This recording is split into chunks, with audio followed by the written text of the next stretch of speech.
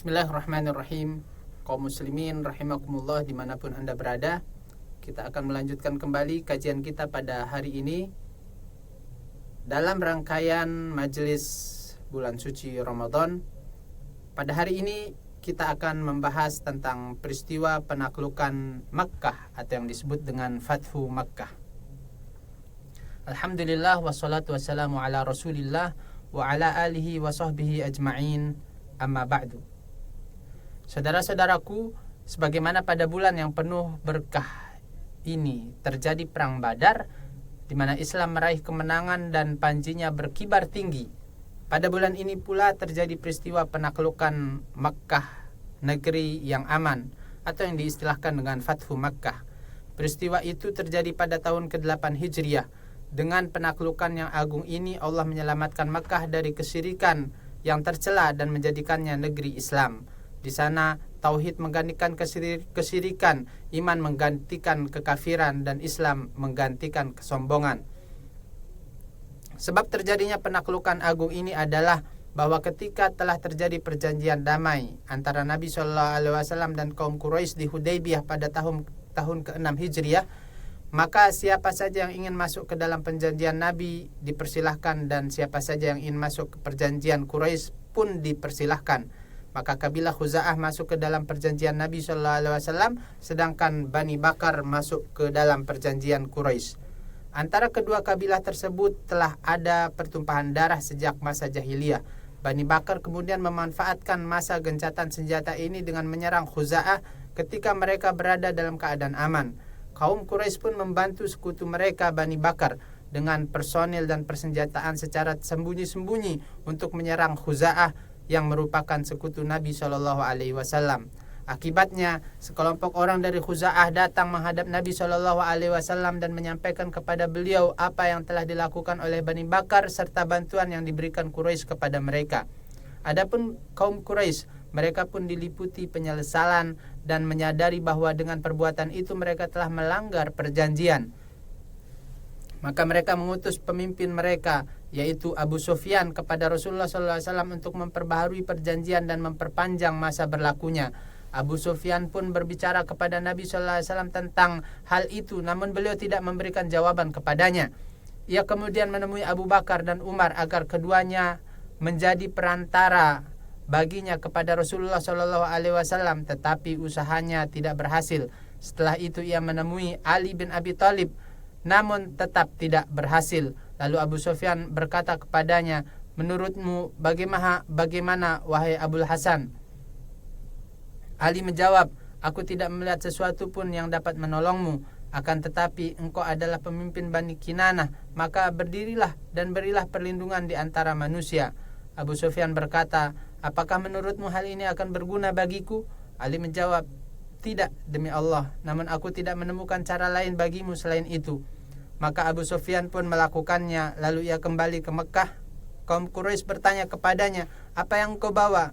Ia menjawab, "Aku telah mendatangi Muhammad dan berbicara kepadanya, namun demi Allah, ia tidak menjawabku sedikit pun. Kemudian aku datangi Ibnu Abi Quhafah dan Ibnu Khattab, tapi aku tidak mendapatkan apa-apa. Setelah itu aku mendatangi Ali, lalu ia menyarankan sesuatu yang aku lakukan, yaitu memberi perlindungan di antara manusia." Mereka berkata, "Apakah Muhammad mengesahkan hal itu?" Ia menjawab, "Tidak." Mereka berkata, "Celakalah engkau, orang itu tidak menambah apa-apa selain mempermainkanmu." Adapun Rasulullah SAW, beliau memerintahkan para sahabatnya untuk bersiap-siap berangkat berperang, serta memberitahukan kepada mereka apa yang beliau kehendaki. Beliau juga mengerahkan kabilah-kabilah di sekitar beliau, seraya berdoa, "Ya Allah, tutupilah berita dan mata-mata dari Quraisy, sehingga kami mendatangi mereka secara tiba-tiba di negeri mereka." Beliau kemudian keluar dari Madinah dengan sekitar 10.000 pasukan. Beliau menunjuk Abdullah bin Umi Maktum sebagai pemimpin di Madinah. Ketika berada di tengah perjalanan, yaitu di Al-Juhfah, beliau bertemu dengan pamannya Al-Abbas bersama keluarga dan anak-anaknya dalam keadaan hijrah dan telah memeluk Islam di suatu tempat yang disebut Al-Abwa. Beliau bertemu pula dengan sepupunya Abu Sufyan bin Al-Haris bin Abdul Muttalib dan Abdullah bin Abi Umayyah. anak dari bibinya. Keduanya sebelumnya termasuk orang yang paling keras memusuhi beliau, namun keduanya masuk Islam. Lalu Nabi SAW menerima keislaman mereka. Tentang Abu Sufyan bin Al-Haris, beliau bersabda, aku berharap ia menjadi pengganti dari Hamzah. Ketika Nabi SAW tiba di suatu tempat yang bernama Marraz Zahran dekat Mekah, beliau merintahkan pasukan untuk menyalakan 10.000 api unggun. Beliau menugaskan Umar bin Khattab radhiyallahu anhu sebagai penanggung jawab penjagaan. Sementara itu Al-Abbas menaiki bagal Nabi, kendaraan Nabi SAW, untuk mencari seseorang yang dapat menyampaikan kepada kaum Quraisy agar mereka keluar menemui Nabi SAW dan meminta jaminan keamanan sehingga tidak terjadi peperangan di Mekah, negeri yang aman. Ketika Al-Abbas sedang berjalan, ia mendengar percakapan Abu Sufyan bin Harb dengan Budail bin Waraqah. Abu Sufyan berkata, aku tidak pernah melihat api sebanyak ini sebelumnya. Budail menjawab, itu adalah api Khuza'ah. Abu Sufyan berkata, Khuza'ah jumlahnya lebih sedikit dan lebih hina daripada ini. Al-Abbas pun mengenali suara Abu Sufyan lalu memanggilnya. Abu Sufyan bertanya, siapa itu? Al-Abbas menjawab, ini adalah Rasulullah SAW bersama pasukan manusia. Abu Sufyan berkata, lalu apa jalan keluarnya? Al-Abbas berkata, naiklah agar aku membawamu menemui Rasulullah SAW dan memintakan jaminan keamanan untukmu. Maka Al-Abbas membawanya menemui Nabi SAW. Lalu Nabi SAW bersabda, celakalah engkau wahai Abu Sufyan, tidakkah tiba saatnya bagimu untuk mengetahui bahwa tidak ada ilah selain Allah, bahwa tidak ada Tuhan yang berhak disembah kecuali Allah Subhanahu wa ta'ala. Abu Sufyan menjawab, demi ayah dan ibuku sebagai tebusanmu, betapa penyantun, mulia dan penyambung silaturahmi engkau. Sungguh aku telah mengetahui bahwa seandainya ada Tuhan selain Allah, niscaya ia akan dapat menolongku. Nabi SAW bersabda lagi, tidakkah tiba saatnya bagimu untuk mengetahui bahwa aku adalah utusan Allah? Abu Sufyan pun ragu dan bimbang. Maka Al-Abbas berkata kepadanya, celakalah engkau, masuklah Islam. Lalu Abu Sufyan pun masuk Islam dan mengucapkan 2 kalimat syahadat dengan sebenar-benarnya. Kemudian Nabi SAW merintahkan Al-Abbas agar menahan Abu Sufyan di celah lembah di dekat ujung gunung, supaya menyaksikan pasukan muslimin lewat di hadapannya. Maka kabilah-kabilah pun melintas dengan panji-panji mereka masing-masing.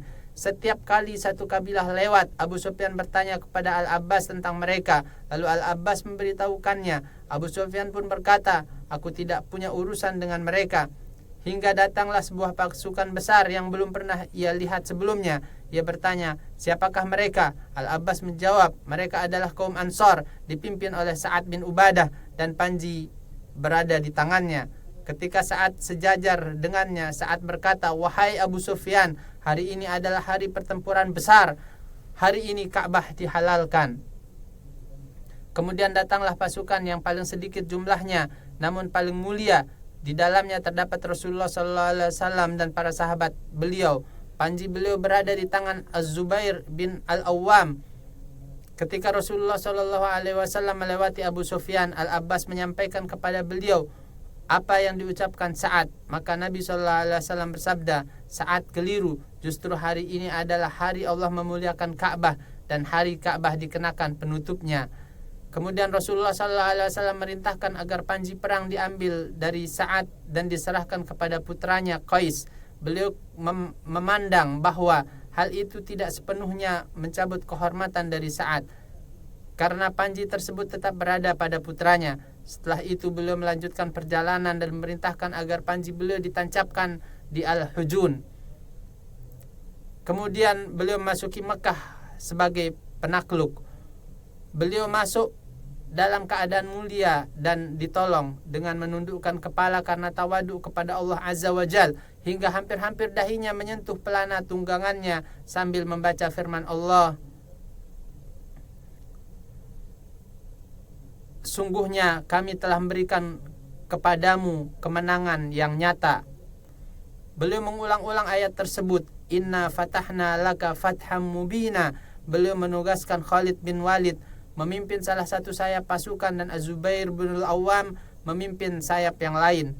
Beliau bersabda, barang siapa masuk ke Masjidil Haram maka ia aman, barang siapa masuk ke rumah Abu Sufyan maka ia aman, dan barang siapa masuk ke rumahnya sendiri lalu menutup pintunya maka dia aman. Rasulullah SAW kemudian menuju Masjidil Haram lalu melakukan tawaf di atas tunggangannya. Di sekitar Ka'bah terdapat 360 berhala. Beliau menusuk berhala-berhala itu dengan tongkat busur yang ada di tangannya seraya membaca, dan datang kebenaran dan lenyaplah kebatilan. Sungguhnya kebatilan itu pasti lenyap. Dan beliau juga membaca, telah datang kebenaran dan kebatilan itu tidak akan memulai dan tidak pula akan mengulanginya. Berhala-berhala itu pun berjatuhan, tertelungkup ke tanah. Kemudian beliau masuk ke dalam Ka'bah dan di dalamnya terdapat gambar-gambar. Beliau merintahkan agar semua dihapus. Lalu beliau sholat di dalamnya.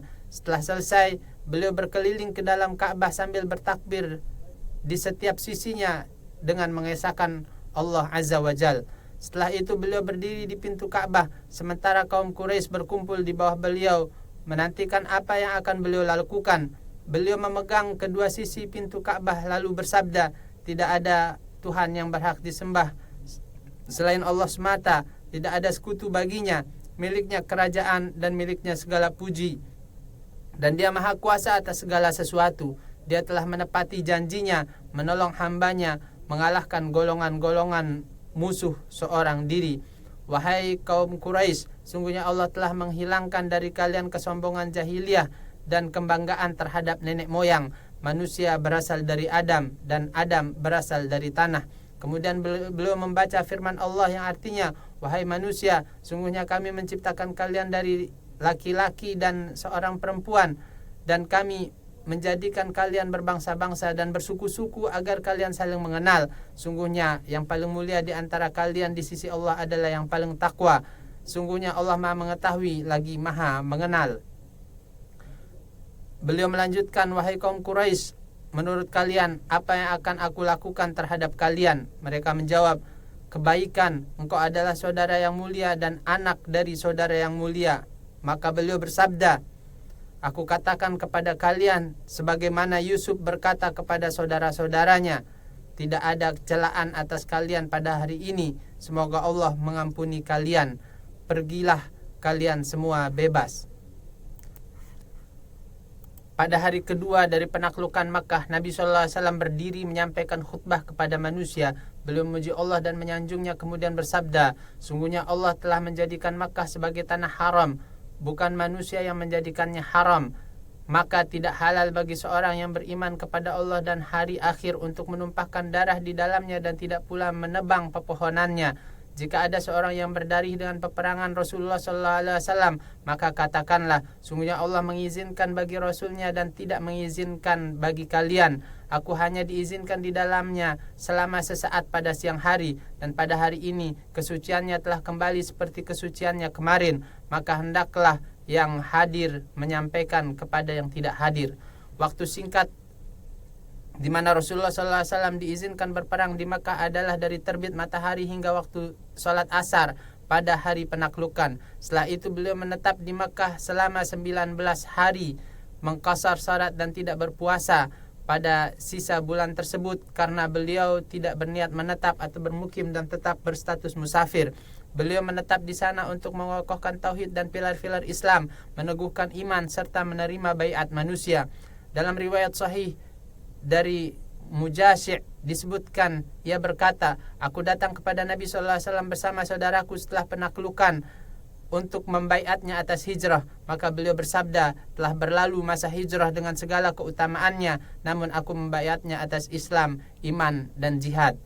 Dengan penaklukan yang nyata ini, pertolongan Allah pun sempurna dan manusia masuk ke dalam agama Allah secara berbondong-bondong. Negeri Allah kembali menjadi negeri Islam di mana tauhid kepada Allah, pembenaran terhadap Rasulnya dan penerapan kitabnya diumumkan. Ya Allah, anugerahkan kepada kami kemampuan untuk mensyukuri nikmat yang agung ini. Wujudkanlah kemenangan bagi kaum muslimin dimanapun mereka berada, di setiap waktu dan di setiap tempat. Semoga salawat dan salam tercurah kepada Nabi kita Nabi Muhammad SAW beserta keluarga dan seluruh sahabat beliau. Demikian yang kami sampaikan. Semoga kita mendapatkan taufik dan keberkahan dari Allah Subhanahu wa taala. Kita lanjutkan kembali kajian kita besok di waktu yang sama. Wassalamualaikum warahmatullahi wabarakatuh.